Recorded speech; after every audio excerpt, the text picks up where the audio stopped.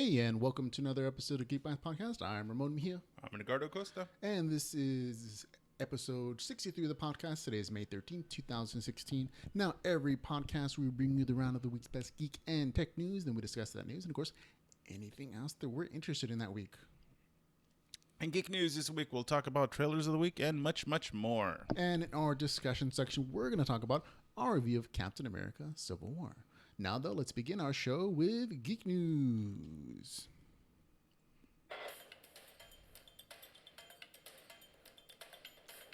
And that's right, folks. I'm not actually alone. This guy's here. Hey. Wasn't picking my nose at all.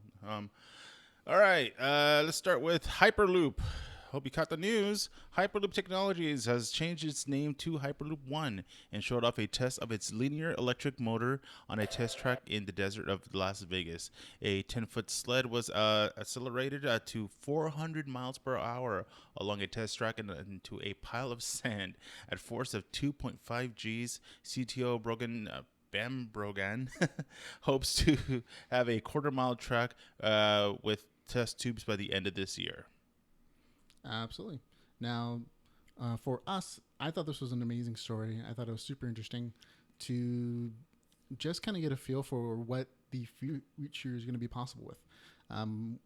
This is one of those future technologies that you don't really get to see that often, that it can kind of change the way we work on a regular basis. So instead of driving a car every day, at one day in the future, Hyperloop says hopefully within 5 years that everyone will be using these Hyperloop technology kind of maglev trains to go from places like San Diego to Los Angeles or San Diego to, Canada, very long distances in a very short period of time.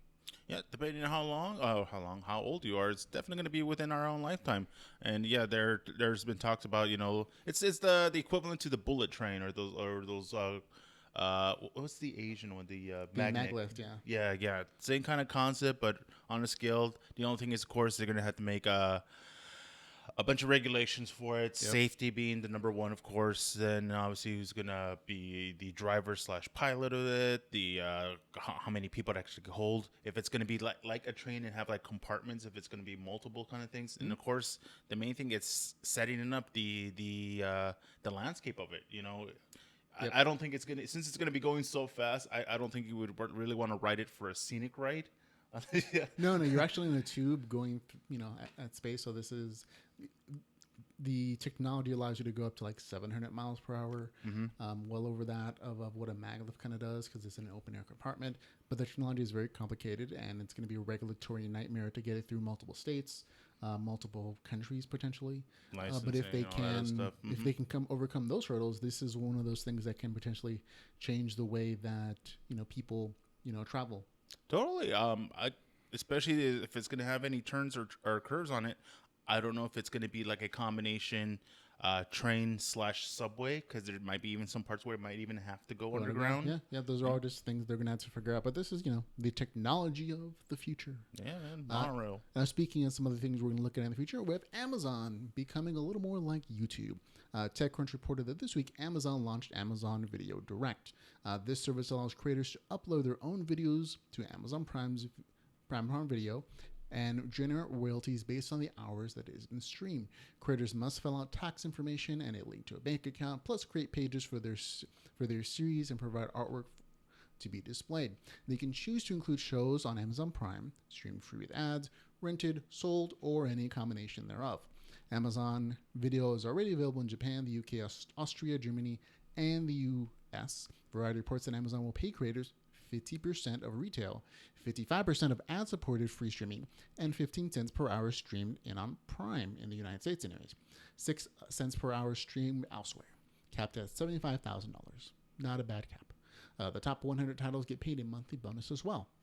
It really seems like Amazon is trying to take on big players like YouTube and some other streaming services in getting user-generated content and not just, purchasing, series runs. So I think this is an interesting move for Amazon because at this point they're definitely like the bottom 4 of like streaming services. Yeah, I still always wonder how. One, there's the popularity of certain YouTube stars. Mm-hmm. Yeah, there's mass popularity. Like a great example, one that I've heard of but never, at least personally, never seen is the PewDiePie. PewDiePie all around, just showing his gaming. Other people doing makeup tips, how-tos, stuff like that. That's fine. Even some celebrities are getting on it. Of course, Kevin Smith has his own channel on there. Of course, we're a big fan of Kevin Smith. But I always wondered how they make their money. How some of them they become big sensations, even if it's a cat video or the sneezing panda. After so many views, it does add up, especially the way with Amazon's numbers that they're showing out there. Hey, you get 1 million people watching your 15-second video, it adds up, and that adds up cha-ching. Absolutely does. So what do you think? You want to start Amazon? I've actually thought about Geek it Bytes? since we have video to upload. It is a possibility. Not against the idea. It's just adding information. It's slightly more complicated than YouTube, where you just upload stuff, and it's a little more anonymous. But it's a thing to think about in the future, obviously. Now, on to our next story. We have some amazing Harry Potter story information. The 4 houses of the American Hogwarts. Yep. We'll go back to the other one later. I accidentally skipped it. So the 4 houses of the American Hogwarts. The Daily Mail reports that they were able to get a sneak peek at the 4 houses of the American School of Witchcraft and Wizardry, Livermore, featured in the upcoming film Fantastic Beasts and Where to Find Them. A gentleman whose name I can't say, Mr. Cervantes, accidentally discovered the 4 houses on the Pottermore site. The houses of Livermore are the Horned Serpent, Wampus, Thunderbird, and Pukuki. Furthermore, there is described as the Horned Serpent is a dragon-like serpent with horns and long teeth. They are often associated with or said to control the weather, particularly rain, lightning, and thunder. The Wampus is a cat-like creature described as some kind of variation of a cougar, and the Thunderbird is a legendary creature often described as a very large bird capable of generating lightning storms and thunder as it flies. And the Pukwudgie is a 2 to 3 foot tall human shape, but with a larger nose, larger ears, and fingers, and smooth gray skin that sometimes glows. Its magical abilities include disappearing and reappearing, partial or complete transformation into a porcupine or a cougar, and creating fire. So I think this is interesting that the American version gets their own houses as well. Yeah, interesting collection of animals. Is like, I was trying to think, I'm like, all right, especially if it's the Americas, I'm thinking maybe they'll have some Native American influence, like the Thunderbird is in Native American culture. Yep. The Pukwudgie is very almost what do you call Sasquatchish? Is that what it is? It's the way it's kind of described. Tough for me to figure it in my brain. Almost feels like a just like this weird figure. Yeah. Troll, yeah.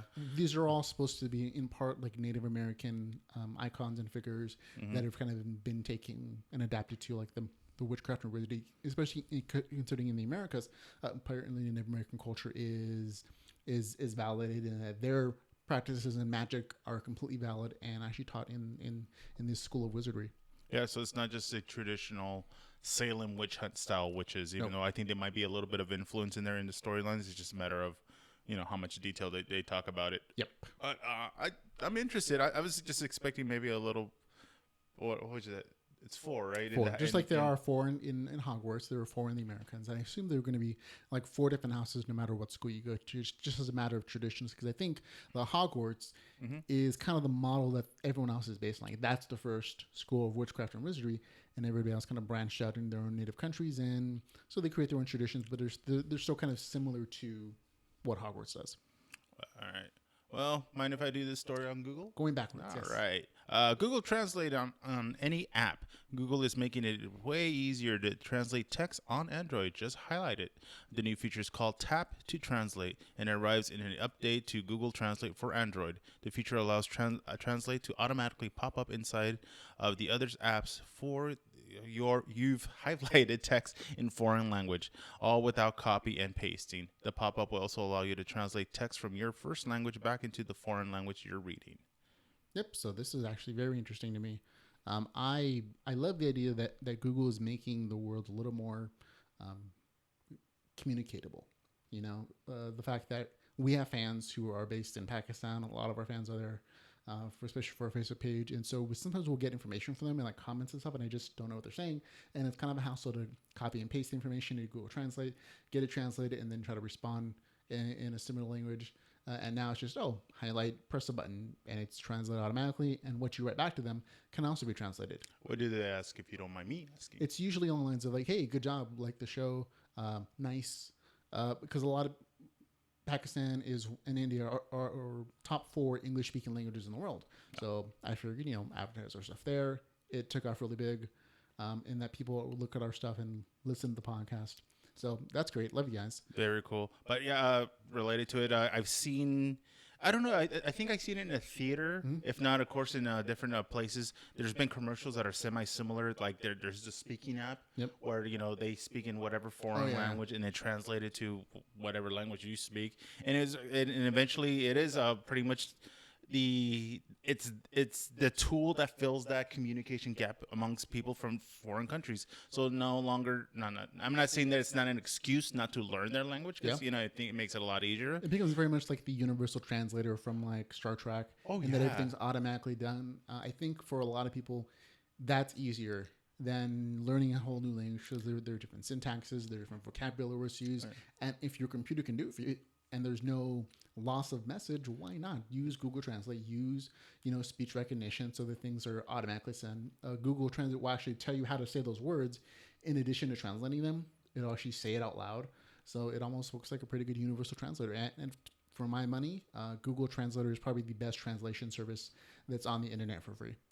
It's definitely going to be awesome for many things. If you ever go overseas, this is a must. I wish I'd had it when I did a trip to Europe and going to France or other countries like Italy. This would have been a lot easier than trying to use Rosetta Stone and learning like those little bits of language. This would have been easier, especially considering you can like hold it up for the camera and just take a picture of it, and it'll automatically overlay the translation. As long as it does it in real time. My thing is, as long as it's real time, and also depending on the voice that comes up. Because honestly, you'll either have the female voice or the male voice, and accent, no accent, depending on what is spoken. But it's going to be so cool because you're not going to see the kind of like the old stereotypical world traveler with that little pamphlet flipping through the pages. Do you have the how you say that was absolutely me. Yeah, burger. Yeah, I had like 4 or 5 different translation books and common phrase things, and we got through it. It was fun. Yeah, but this would have been a huge help, to be totally honest. So. Tackle this one again also. Disney Infinity. Go on. Yeah, Disney Infinity. Not really. Disney Infinity, not Infinity after all. Disney announced Tuesday it is shutting down its Disney Infinity line of games and collectible toys and ending its self-published console game business. 2 less playsets will be released in the next 2 months. Disney did say they were open to a third-party game maker using their intellectual property, but internal game making will be shutting down. Yeah, this is kind of sad. I thought this was a good moneymaker for Disney. Apparently, it's not good enough. Maybe it's too big of a hassle to kind of do their own independent games too, because it's a huge undertaking to create a video game and to maintain it and to create new content on a regular basis, especially when you're moving between multiple consoles. And maybe just Disney's like, this is too big of a hassle. We're not making enough money from it. Probably, and I could see both parts on the business aspect and entertainment version, because yes, I am one of those. I have a whole set of them, of the figurines, and I'm stuck with them unless I want to take them to the GameStop. Yeah, it's not that you're stuck with them. You still get to play with them. The game still exists. It's not like they're just erasing it from history. It is just that they're not creating new stuff after the next, I think, 2 updates. So they're going to do new figures for Alice in Wonderland, and I think the Jungle Book, which are their next 2 properties. We'll see then how after that though, out. it's just we're not making anything new, and we're not developing any more for this game. There's apparently no more Disney Infinity coming out, and it's just other third-party companies might step and say, you know what, we're good at making games. We can make these figures and make a profit.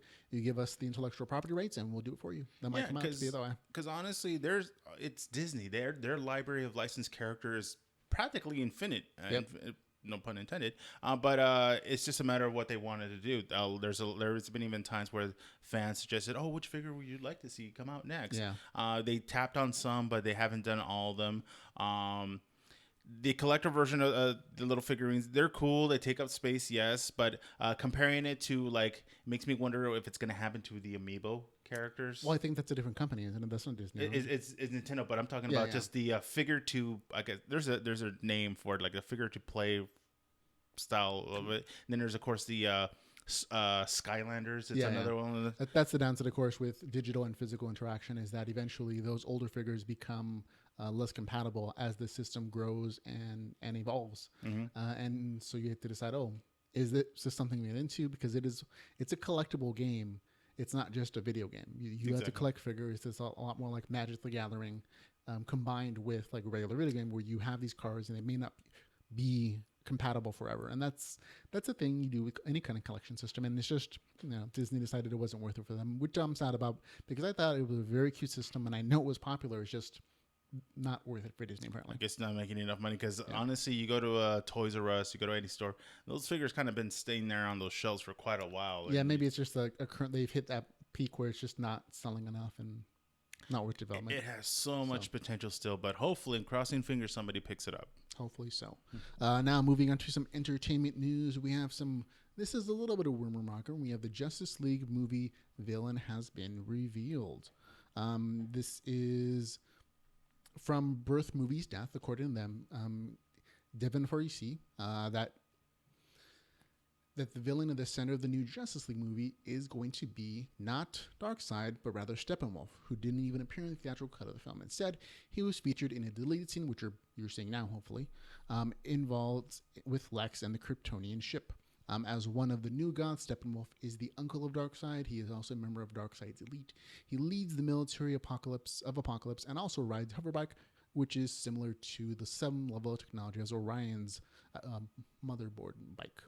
According to Farisi, the Justice League Steppenwolf will have a contentious history with Darkseid, and while Darkseid will be in the film in some form or the other, it might not be until the end, setting up the second part of the Justice League movie.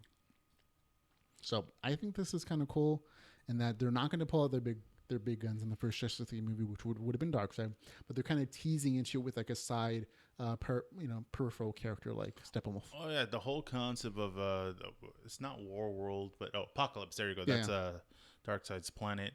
War World is a whole different thing if they decide to make one movie by itself. Apocalypse itself is one thing, but I still haven't seen the movie, but I've read all the spoilers, so I know about the parademons and stuff like that. So.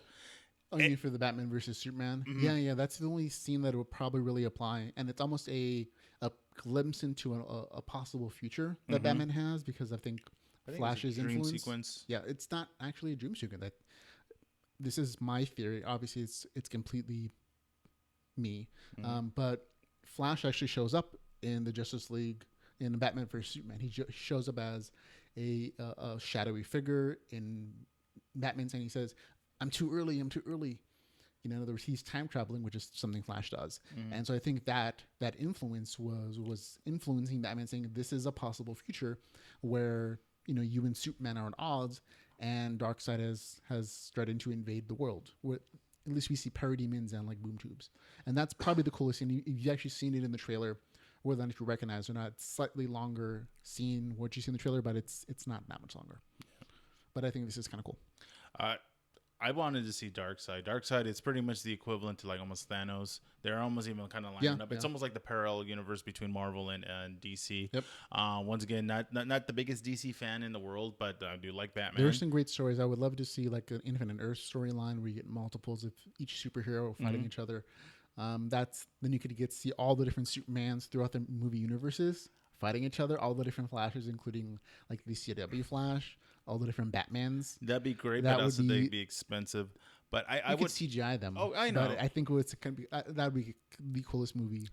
I would totally love them to like convert their, not just from the comic book, not just to the animated series, but they pretty much have it there. Like all the comic books are pretty much storyboards set up for either television or movie. Yeah. It's just a matter if they want to cough up the money. They actually go the adaptation of it, getting the licenses correctly done. All that stuff is kind of a hassle. I think DC has a bit of an easier job than Marvel, since Marvel sold off a lot of their intellectual properties, decades ago. So DC has kept hold of them. So I think it's easier for them to do something like Infinite Earth than it would have been for Marvel. But that's just me. That's me speculating on the things I would love to see. You let us know the kind of DC movie you would love to see at feedback@geekbytespodcast.com. We'd love to hear from you. Yeah. I think it's going to be more less expensive to go to television than it is to movies, especially with all the lights. Production value, yeah. Exactly. Production value. All right. Speaking of more television related, good news and bad news, folks. Some of you guys still have jobs. The rest of you, you're fired. Yep.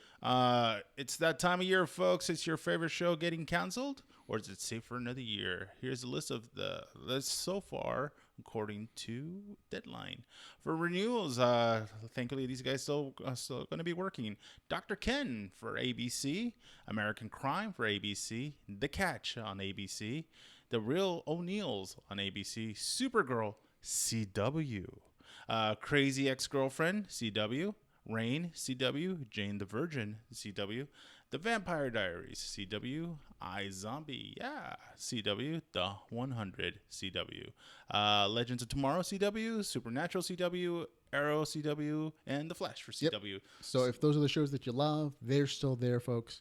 We're glad to see that they're still available.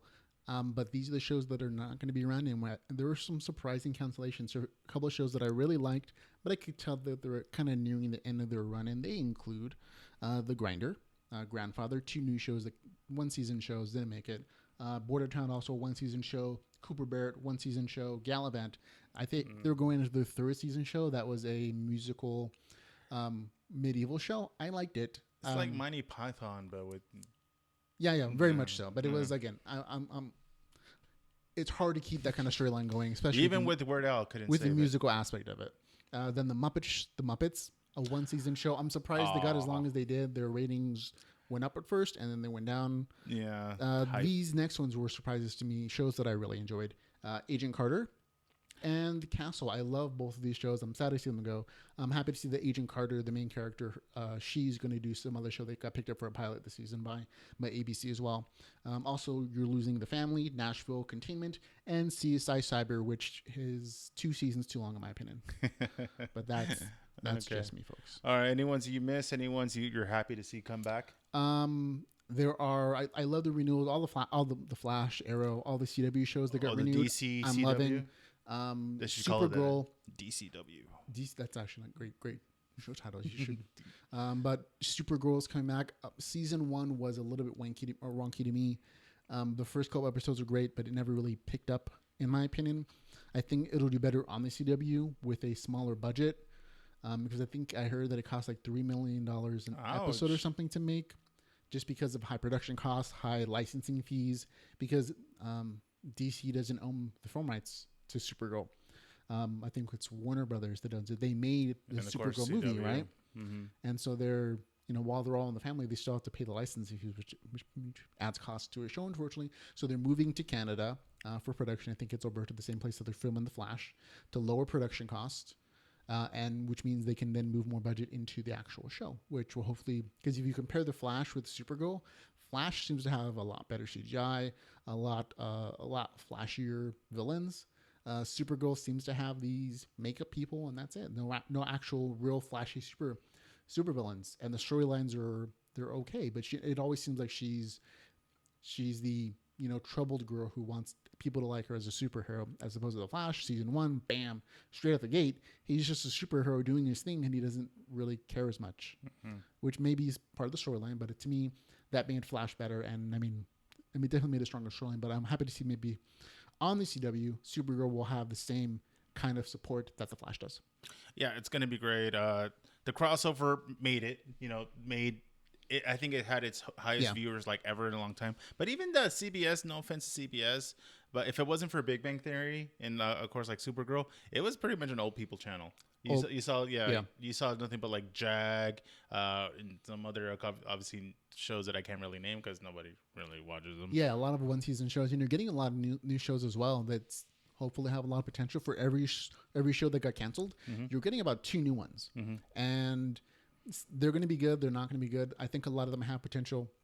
I'm looking forward to a couple shows in particular to see what they do with them. One is going to be The Exorcist and Lethal Weapon. These are 2, I think, Fox shows. They might be good. They might not be. I know that Jackie Chan one, the cop show. Remember which one? It's basically, remember the movie Hour? Rush Hour. It's the Rush Hour show based on the Jackie Chan movie. I've heard that one does pretty decently. We'll see how it turns out. Movie adaptations aren't necessarily bad. You think of the Sarah Chronicles, which is Terminator for television. Oh, That one went like 4 or 5 seasons. It had a great storyline and a great fan following. So movie to television adaptations aren't necessarily bad. Yeah, well, Just saying. We'll see how it turns out. But real quick, the ones that I do kind of miss and kind of wish they had stayed or stick around, or at least put it in a different time slot and become something else, like the Muppets. It became too much like The Office, especially with the whole camera setup and everything. And that was the point, to try to modernize it, but I guess it doesn't work for everybody. Yeah. I enjoyed it. They just weren't all great episodes. To me, honestly, no offense, but Agent Carter was a good show, but it was too many, it was just like a long, extended flashback episodes. Yeah. It's definitely a period piece. And that entire period of early Shield history was never fully explored. Like, they were getting to the Shield program in like season 3, I think. Yeah, they dragged it too long. There were other guys like Hydra was a big player, so you got to see like it felt more like the 1950s version of Captain America comics, like that kind of world where they still tackled issues like feminism, race issues in season 2 specifically, and so I love the fact that they tackled those and they weren't afraid to talk about them, in addition to fighting bad guys. It would have been cool if I think they just cut to the point and showed more heroes. Ratings just didn't do it, and there weren't many superheroes, and they couldn't, of course, introduce Captain America since at that point he's frozen in time. But yep, that's the way the TV cookie crumbles sometimes. Now that's gonna be it for our geek news section, folks. If you like to hear the podcast, want to help support us, you can always find all the ways to do so at Geek Bytes Podcast /support. And we, however, are going to move on to our trailers of the week.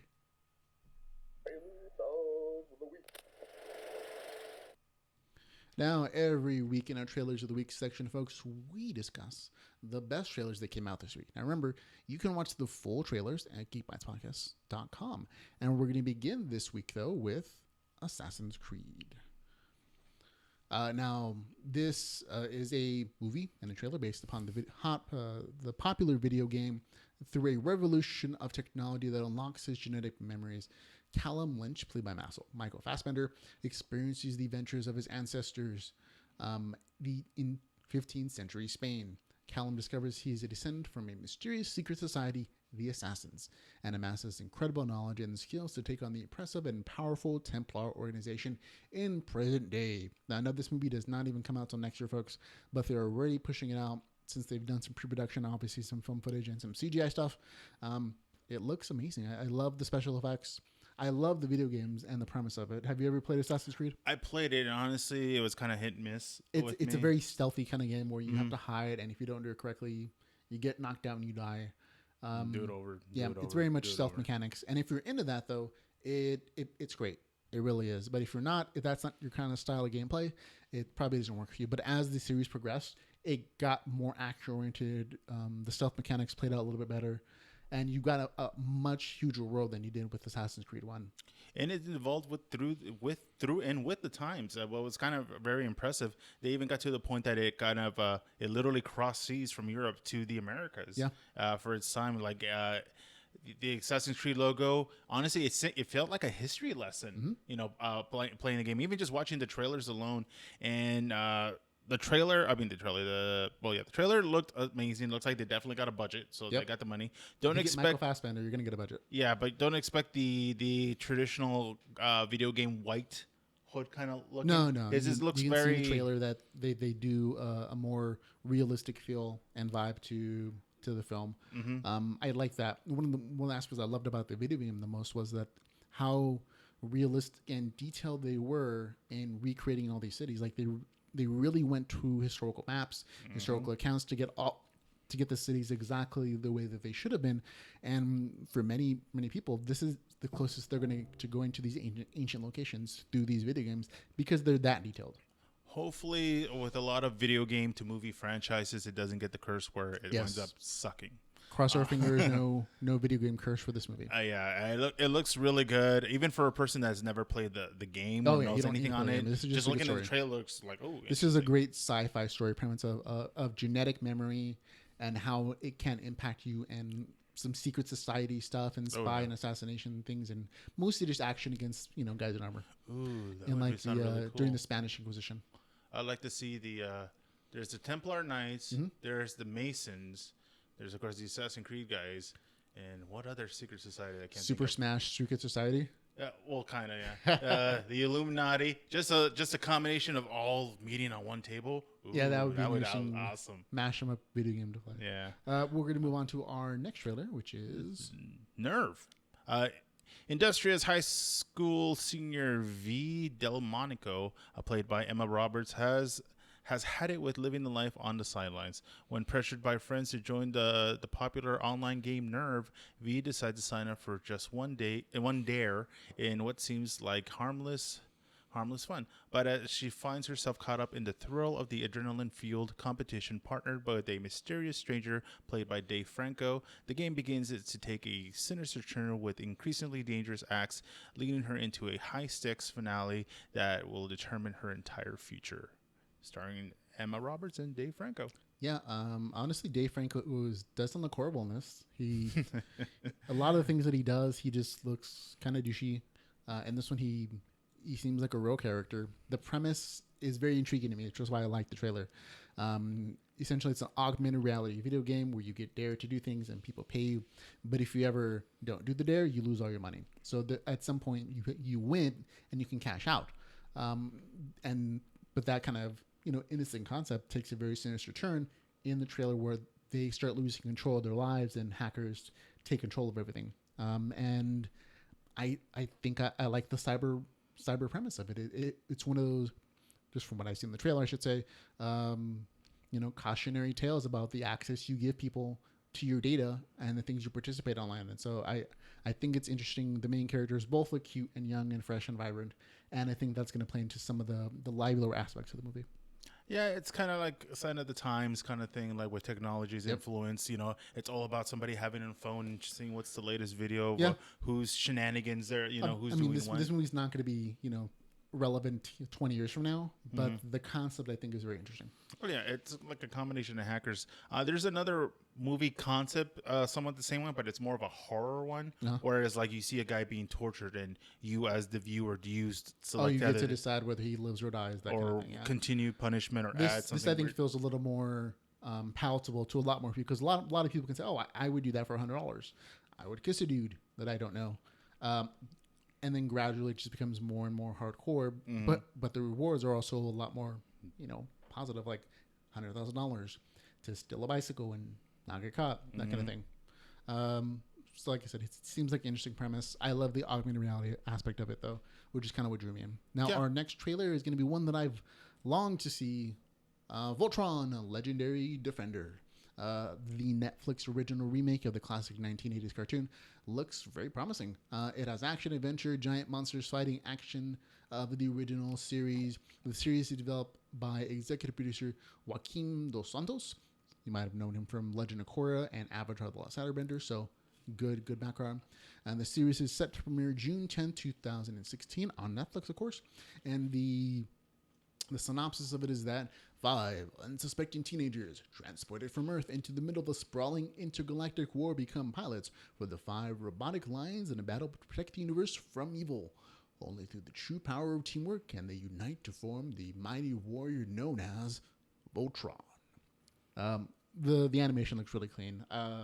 You could tell there's a lot of influence from the stylistic viewpoint of Legend of Korra and Avatar: The Last Airbender, so looks cool.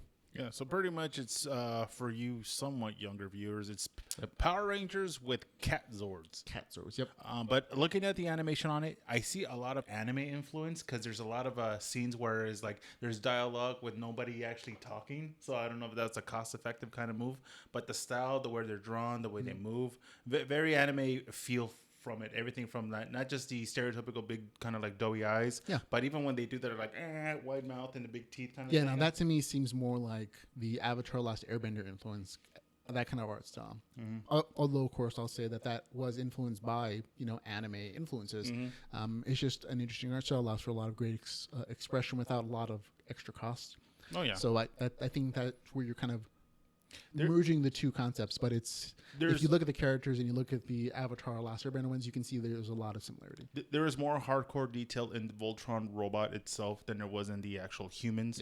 Because all the characters, nice, clean, smooth lines, no crazy hash marks or anything, or like weird lighting or shadows, stuff like that. But when Voltron, oh man, they put all the money in that line. And that's where it should go, since that is your main character at this point. Now that's going to be it for our trailers of the week section, folks. We appreciate you listening. And if you have any trailers you want us to look at, of course, just drop us a line on Facebook, Twitter, or at geekbytespodcast.com. We are going to move on to our discussion section.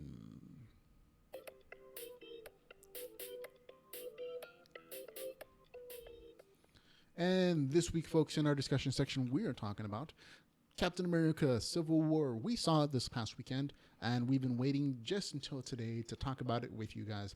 Now, the basic plot of the movie is, there are going to be spoilers for folks, so we're going to talk about the things that we love, the things that we didn't. So if you do not want spoilers, if you haven't seen the movie, thanks for listening. Thanks for watching. We'll catch you later. But we're going to be People die. People do die. That is unfortunate. But, spoilers aside, catch you later. Check us out, geekbytespodcast.com on Facebook, Twitter, or on our website. We appreciate it. Now, on to our regular discussion thing. The basic plot of the movie is the Avengers are split on a new law, the Sokovia Accords, which pulls from the Avengers Age of Ultron. And the superheroes, whether the superheroes should work for the UN and if they don't work for the UN, they're going to go to Supermax prison, which eventually does happen. The Winter Soldier is on the loose and being framed for an attack on the UN when the Sokovia Accords are being played, and the King of Wakanda dies, making his son very mad and looking for revenge. And that is essentially the overall plot of the movie. What did you think of just that storyline? Did you like it? It was good. Honestly, I never read Civil War. So as much as I knew about Civil War was from... You weren't spoiled. You didn't need actually to read the comics to appreciate it. No. Yeah. It was a take. The movie is a take on the Civil War storyline. As much as they adopted as much as possible from the comic books, because of course the main thing is the whole mutants. Mutants aren't allowed, at least in this current... in this version of Marvel Universe. So it'd be a whole different story. So my heart will explode if if Marvel ever gets the X-Men back and they make a Avengers versus X-Men, oh man, I will explode. Yep. Anyway, for this movie, really good. A lot of they did take some like panels from the comic, even though that iconic scene where Captain America is blocking Iron Man's like repulsor blast. It looks just like right out of the comics. I like the way that they modified the storyline for it though.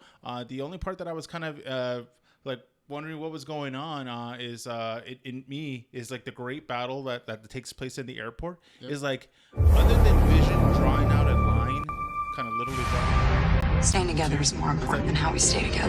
We're giving up to do it. Sorry, I can't. I think he might I know.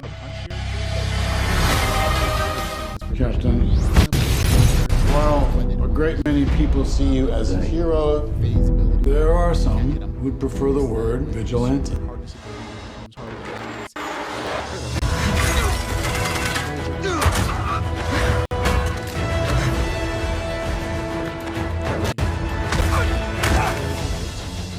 Body armor.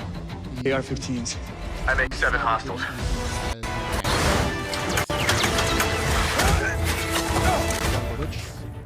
I make 5.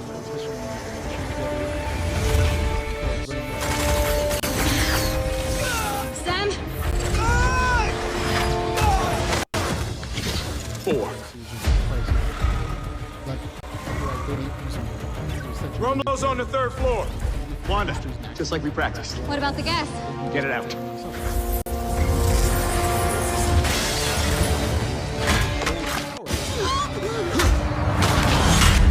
You've operated with unlimited power and no supervision.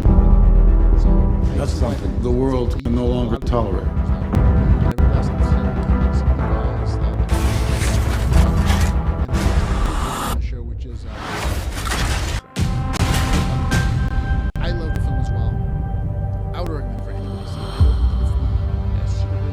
New York, like Kevin Smith said it was, but I think it's definitely Washington, D.C., of all superhero movies of all time.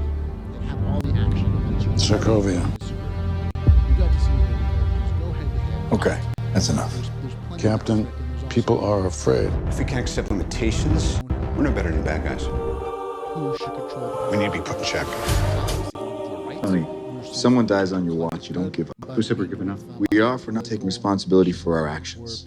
This document just shifts the blame. Sorry, Steve, that is dangerously arrogant. This is the United Nations we're talking about. It's not the World Security Council. It's not SHIELD. It's not Hydra. No, but it's run by people with agendas, and agendas change. That's good. That's why I'm here. When I realized what my weapons were capable of in the wrong hands, I shut it down, stopped manufacturing. Tony, you chose to do that. If we sign this, we surrender our right to choose. What if the panel sends us somewhere we don't think we should go? What if there's somewhere we need to go and they don't let us?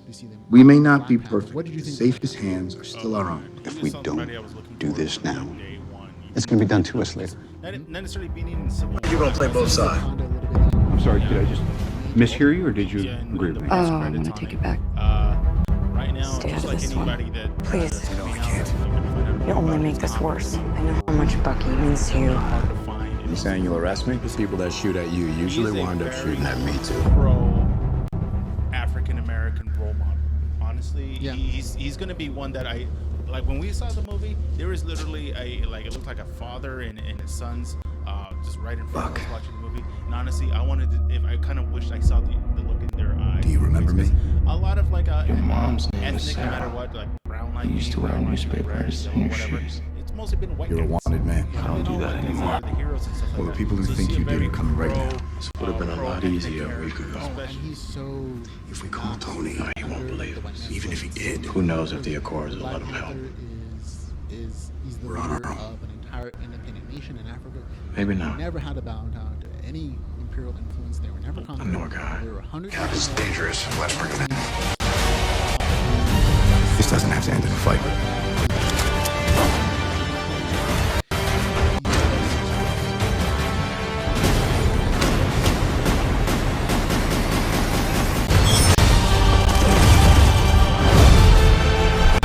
Right behind you, Cap.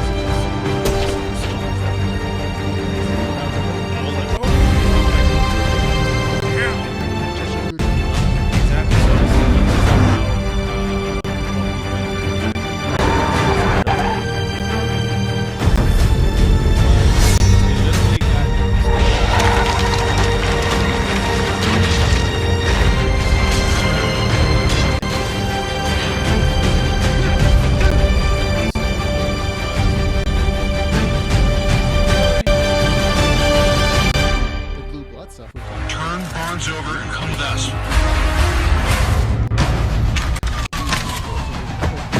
If I see a situation pointed south, I can't ignore it. Sometimes I wish I could. Sometimes I want to punch you in your perfect teeth. I'm doing what has to be done. You keep telling yourself that. With them. Follow me. That might be the way to go. We're in position.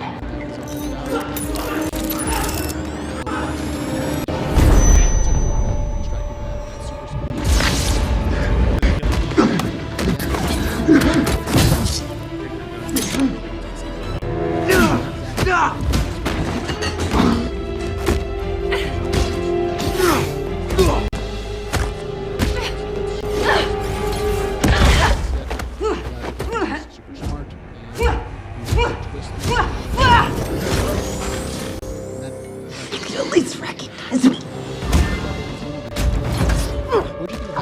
It was kind of like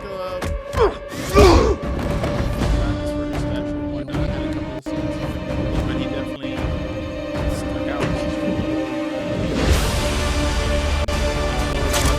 We can't control their fear.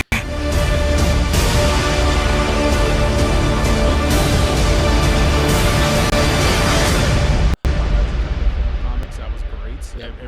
How about our other recruit? Raring to go. They Had to put a little coffee in them, but be Giant Man, and it good. wasn't like the modified version of like if you've seen it in cartoons. What time zone is this? Costume kind of changes. Come on. Pretty much kept the same, but just on a bigger scale. Captain America. Mr. Lang. It's an honor. I'm shaking your hand too long. Wow, this is awesome. Captain America. I know you too. You're great. So I would have loved to see some other characters Jeez. show up. Look, I want to say, I know you know a lot of super people, so thanks for thanking of me. Hey, man. What's up, Tic Tac? Good to see you. What happened last time? It was a great audition, but it'll never happen again. They tell you what we're up against? Something about some psycho assassins? We're outside the law on this one.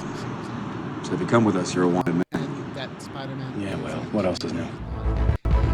Suit up.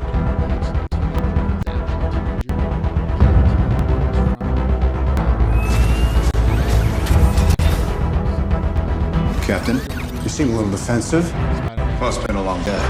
You know what's about to happen. You really want to punch your way out of this one. This is gonna end well. All right. I've run out of patience. On to roost! And I love the fact that they Hey, everyone. modified his costume. Yeah, we don't really need to start a conversation. Oh, Captain, big fan. You chose the wrong side. What do we do? We fight. You just started a war. We're still friends, right? Depends on how hard you hit me.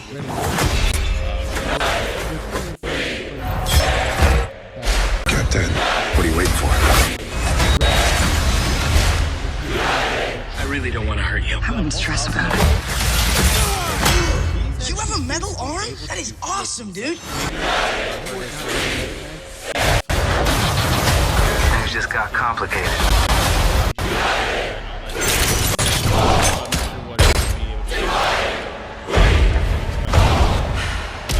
This can't seem to miss. Let's go! You're not gonna stop. You know I can't. Where'd they find this guy?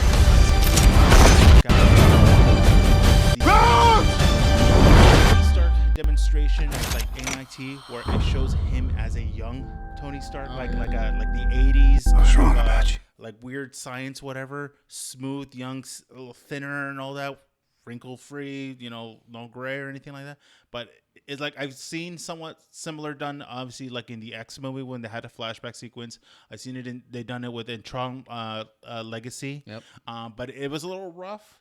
But you could see that you could only airbrush so many wrinkles off and clean. But this one looks so good. Like I kind of wish I saw it on an HD television to see. Like I want to see if they got the pores right and everything, because it's not as simple just like an airbrush and just pass it off like, oh, he's a young guy. Now they didn't just pull his skin back or just gave him like Botox or anything. But it just looks so good. I was just wow. You literally like those commercials. Which commercials is it? Is it the Reese's commercials where they get, or the old vacuum cleaner commercials where they used to get like old dead celebrities and put them into like current situations? It just shows with technology now.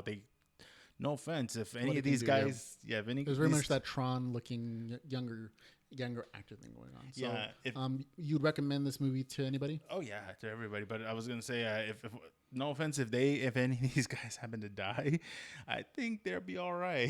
if they go the CG route, they'll be all right. But heaven forbid. And that's going to be it for our show, folks. Remember to, again, check out our website at geekbytespodcast.com for all the links in our podcast or any original content we have, like other interviews, reviews, recommendations. We love for you to check out all of our stuff. But thank you very much for listening for Geek Bytes Podcast. I'm Ramon Mejia. I'm Edgar Acosta. Now, go geek out about something.